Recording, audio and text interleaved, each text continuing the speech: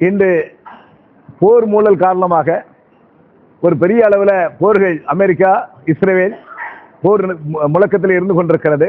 ஆகவேதான் இந்த கேஸ் கடுமையான தட்டுப்பாடை சந்தித்துக் கொண்டிருக்கிறோம். இன்று ஹோட்டல்கள் எல்லாம் பல்வேறு தரப்புகளில் இருந்து அரசு இடத்திலே முறையிட்டு இருக்கிறோம். குறிப்பாக பாரத பிரதமர் அவர்களுக்கும் பெட்ரோலியத்துறை அமைச்சருக்கும் அழுத்தம் தந்திருக்கிறோம்.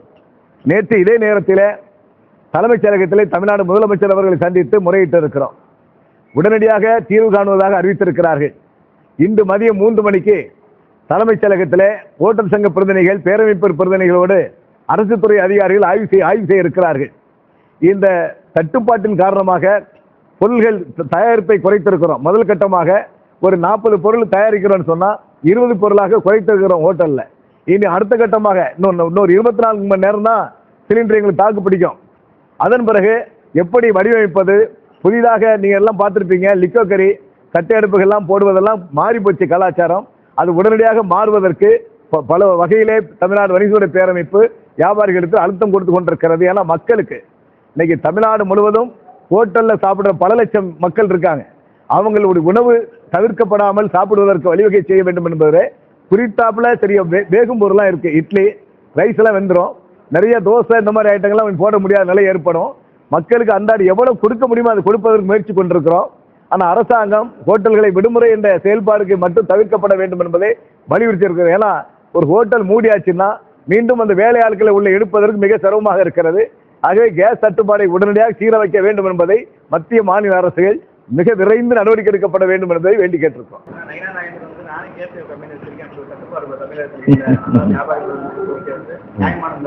அதாவது நீங்க கமர்ஷியல் சிலிண்டர் இன்னைக்கு ஆர்டர் கொடுத்தா இப்ப ஆர்டர் எடுப்பதில்லை, நிறுத்திட்டாங்க. இதெல்லாம் உண்மையான விஷயம். வீடுகளுக்கு ஆர்டர் கொடுத்தாலே இந்த போன் வேலை செய்யலன்னு இன்னைக்கு ஊடகத்தில் பாத்தீங்கன்னா பத்திரிகைகள்லாம் செய்தி போட்டிருக்காங்க, போன் வேலை செய்யல.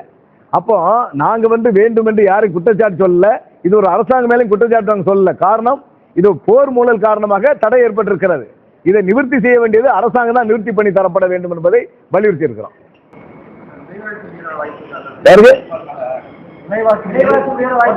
விலைவாசி கட்டாயம் உயரும்ல. இப்ப நீங்க ஏற்கனவே சிலிண்டர் கமர்ஷியல் விலை ஏறின பிறகு விலை ஏறும் தெளிவா சொல்லி இருக்கிறோம். டீ காபி விலைகள் இப்ப ஏறின காரணத்தினால அந்த சங்கத்தை சொல்லி இப்ப ஏற்ற வேண்டாம் நிறுத்தி வச்சிருக்கிறோம். இப்போ சிலிண்டர் தட்டுப்பாட்டுனால புதிதாக நீங்க பாத்தீங்கன்னா பிளாஸ்டிக் கேரி பேக், பிளாஸ்டிக் கவர்லாம் இருக்கு பாருங்க, கிலோவுக்கு 50 ரூபாய் ஏற்றிட்டாங்க. சிலிண்டர் மட்டும் தான் மக்களுக்கு தருது, ஓசை இல்லாம ஒரு பிளாஸ்டிக் கவர். இப்ப எல்லா கடைகளிலுமே பிளாஸ்டிக் கவர் இல்லாம யாரும் பயன்படுத்த முடியாது. கிலோவுக்கு 50 ரூபாய் உயர்த்தப்பட்டிருக்கிறது. ஆகவே கட்டாயம் விலைவாசி உயரும், அதுல எந்த மாற்று கருத்து இல்லை.